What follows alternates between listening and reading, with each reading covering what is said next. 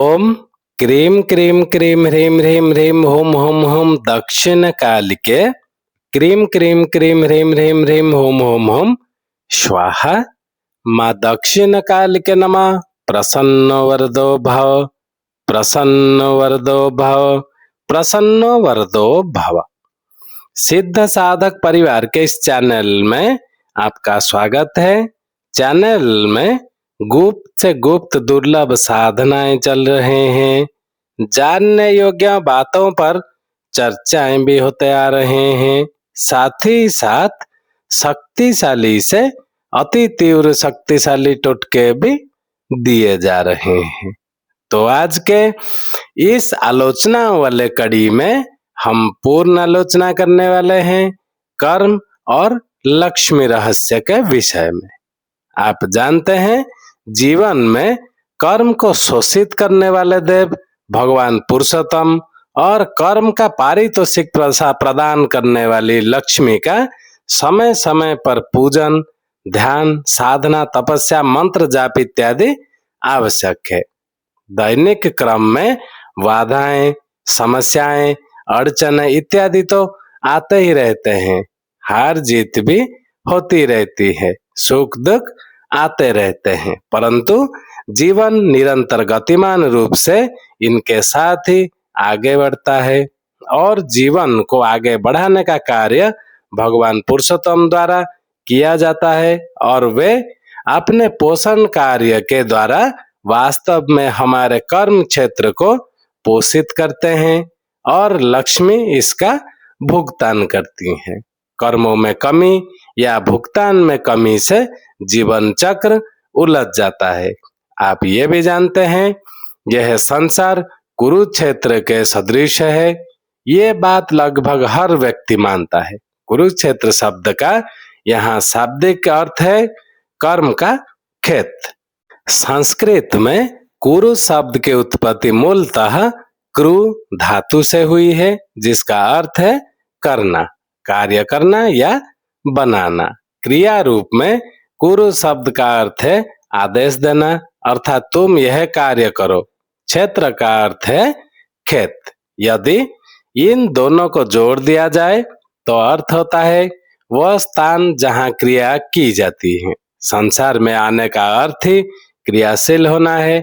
ऐसा कोई व्यक्ति नहीं है जो जन्म ले और उसके बाद उसे क्रियाशील नहीं हो। एवं क्रिया का उद्देश्य फल की प्राप्ति है। फल अर्थात लक्ष्मी यानी महालक्ष्मी जी हैं। ये आवश्यक नहीं है कि यह लक्ष्मी केवल धन के रूप में ही हो। लक्ष्मी के 8 रूप बताए गए हैं। ये 8 रूप जीवन की समृद्धि और पूर्णता के 8 भिन्न भिन्न आयामों का प्रतिनिधित्व करते हैं। जैसे आदि लक्ष्मी यानी आद्य लक्ष्मी, ये लक्ष्मी का मूल स्वरूप है। यह आध्यात्मिक शक्ति, संतोष और जीवन की मूल स्थिरता प्रदान करती है। उसके बाद आते हैं धन लक्ष्मी। ये धन, वैभव, सोना, रत्न और आर्थिक समृद्धि की अधिष्ठात्री देवी है। उसके बाद आते हैं धान्य लक्ष्मी। यह अन्न, कृषि, भोजन और जीवन के पोषण की देवी है। इनके आशीर्वाद से घर में कभी भी अन्न की कमी नहीं रहती, ये निश्चित है। तत्पश्चात आते हैं गज लक्ष्मी। ये राजसत्ता, प्रतिष्ठा, ऐश्वर्य और सामाजिक सम्मान की प्रतीक हैं। प्रायतः इनके साथ हाथियों का चित्रण किया जाता है। तत्पश्चात आते हैं संतान लक्ष्मी। ये संतान सुख, वंश वृद्धि और परिवार की समृद्धि प्रदान करती हैं। उसके बाद आते हैं वीर लक्ष्मी यानी धैर्य लक्ष्मी। यह साहस, धैर्य, शक्ति और संकटों से लड़ने की क्षमता प्रदान करते ही है। इसमें कोई संशय का स्थान नहीं है। एक बार आप करके तो देखें। तत्पश्चात आते हैं विजय लक्ष्मी। ये जीवन के संघर्षों में विजय, सफलता और उपलब्धि की देवी हैं। आखिरी में आते हैं विद्या लक्ष्मी। ये ज्ञान, शिक्षा, बुद्धि और विवेक प्रदान करती हैं। इन 8 रूपों से यह स्पष्ट होता है कि लक्ष्मी केवल धन तक सीमित नहीं है, बल्कि जीवन के समृद्धि के हर रूप में प्रकट होती हैं। अर्न, ज्ञान, साहस, संतान, सम्मान और विजय के रूप में भी। और लक्ष्मी हमें इन आठों में से किसी भी रूप में चाहिए होते हैं, कभी धन के रूप में, कभी संतोष के रूप में, कभी ज्ञान के रूप में, तो कभी वैभव के रूप में। जीवन के विविध पक्षों में विविध प्रकार की लक्ष्मी आवश्यक हैं। इसे ही शास्त्र में कर्म का फल कहा गया है। फल की आसक्ति हमें मोह में डाल देती है और फल से पूर्ण निवृत्ति हमें कर्म पथ से विमुख कर देते हैं। अर्जुन भी एक समय कर्म पथ से विमुख हो गए थे और उन्हें पुनः कर्म मार्ग पर स्थापित करने के लिए ही भगवान को उन्हें उपदेश देना पड़ा। कुरुक्षेत्र में दिए गए इस उपदेश में श्री कृष्ण अर्जुन को अधर्म का नाश करने की प्रेरणा देते हैं, संबंधों की माया से ऊपर उठकर धर्म पथ का अनुसरण करने के उपदेश देते हैं। भगवान गीता के 11वें अध्याय में कृष्ण अर्जुन को अपना विराट रूप दिखाते हैं, जिससे विश्व रूप भी कहा जाता है।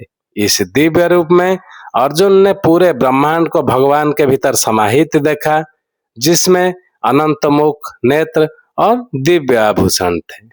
आप जानते हैं भगवान विष्णु जी के हाथ में सुदर्शन चक्र है।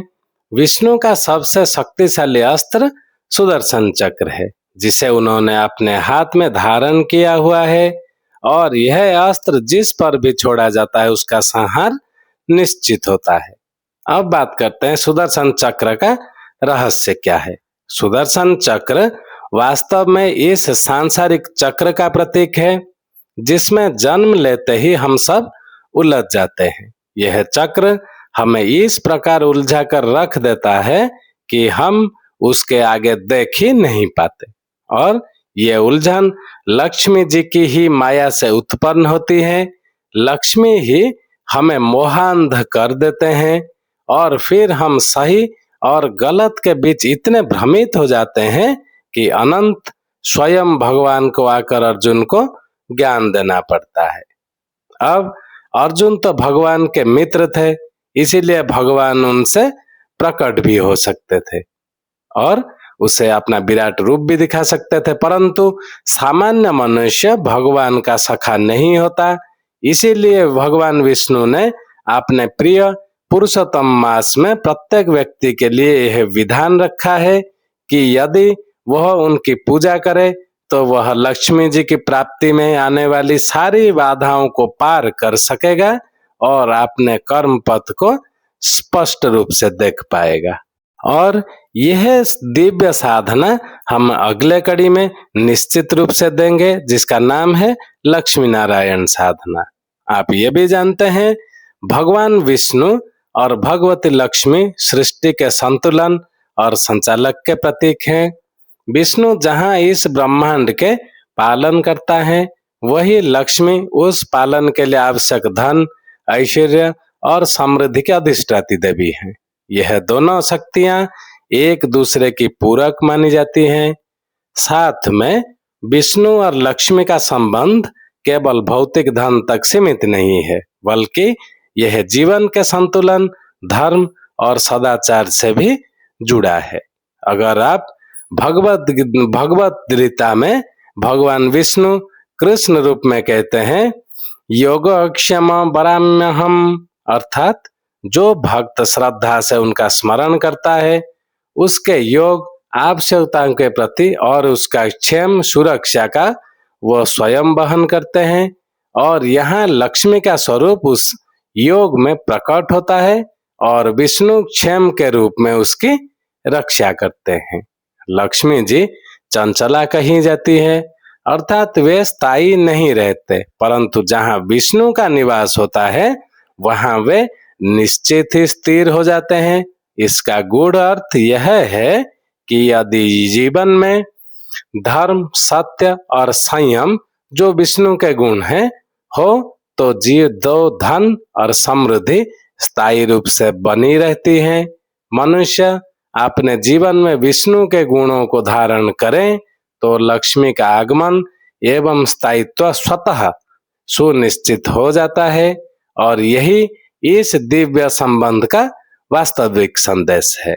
अगले कड़ी में हम पुरुषोत्तम मास में किसी भी तिथि में आने वाले आपके जीवन को सफल बनाने वाले लक्ष्मी नारायण साधना अगले कड़ी में देने जा रहे हैं।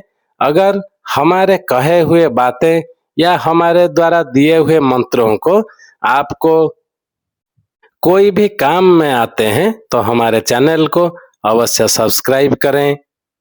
आज के लिए इतना ही था। ओम क्रीम क्रीम क्रीम ह्रीम ह्रीम ह्रीम हुम हुम हुम दक्षिण कालिके क्रीम क्रीम क्रीम ह्रीम ह्रीम ह्रीम हुम हुम हुम स्वाहा। माँ दक्षिण कालिके नमः। प्रसन्नो वरदो भव, प्रसन्नो वरदो भव, प्रसन्नो वरदो भव। जय सिद्ध साधक परिवार।